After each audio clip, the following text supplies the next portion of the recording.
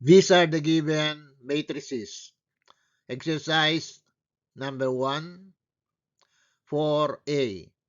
A real number factor such as 4 is called scalar.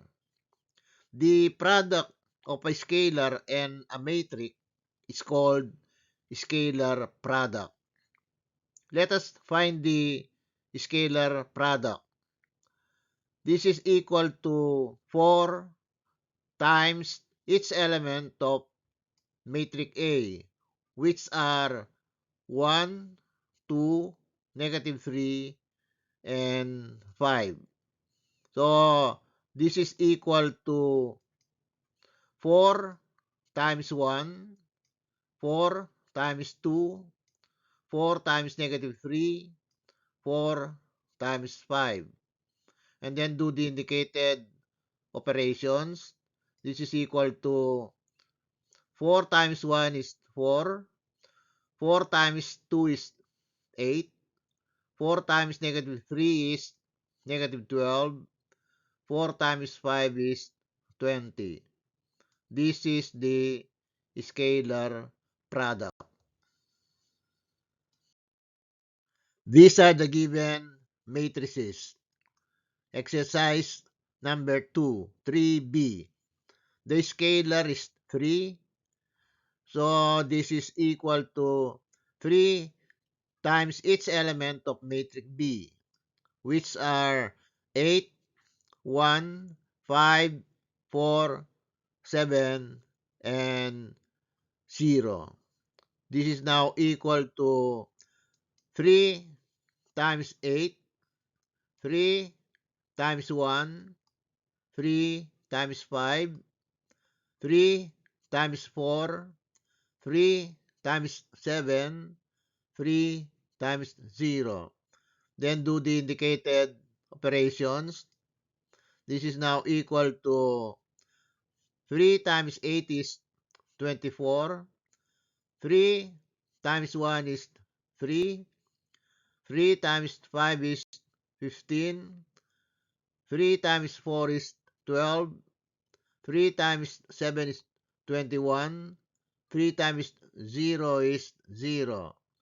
So this is the scalar product.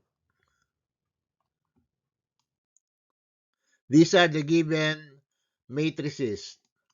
Number 3, 5a plus 2c. 5 is a scalar. 2 is also a scalar.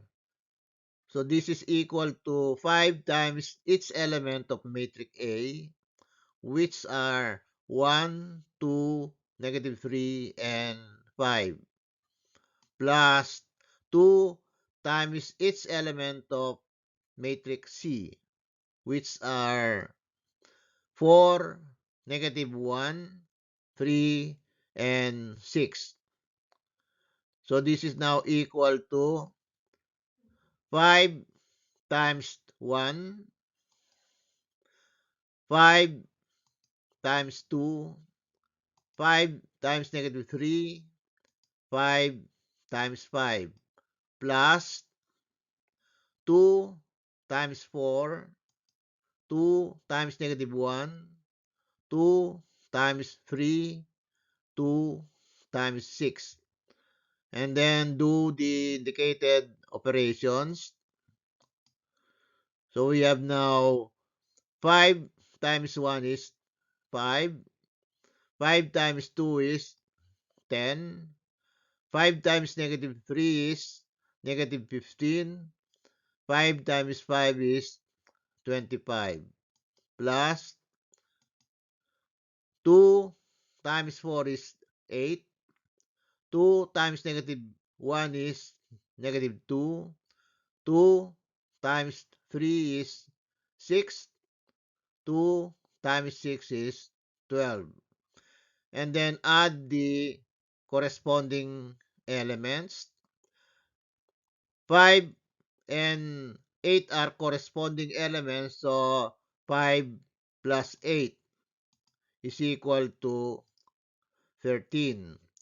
10 and -2 are corresponding elements. 10 plus negative 2 is 8. Negative 15 and 6 are corresponding elements. Negative 15 plus 6 is negative 9. 25 and 12 are corresponding elements. So 25 plus 12 is 37.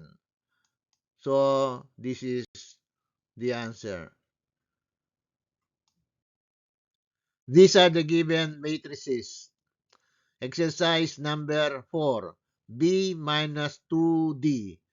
2 is the scalar. So this is equal to the elements of matrix B are 8, 1, 5, 4, 7, and 0 minus 2 times each element of matrix D, which are 2, 0, 1, 7, 3, and 4. So this is equal to, we just copy the elements of matrix B, which are 8, 1, 5, 4, 7, and 0, minus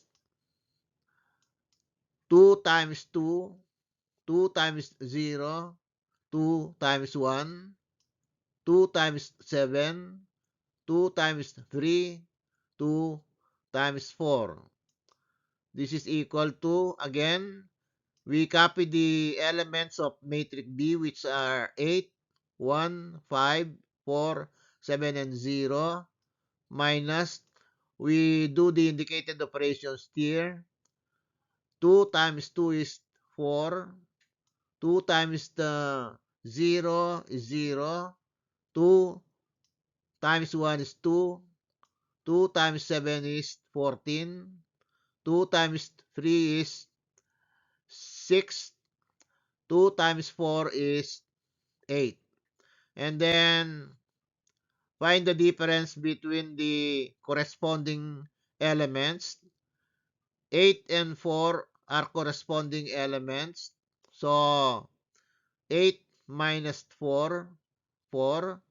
1 and 0 are corresponding elements.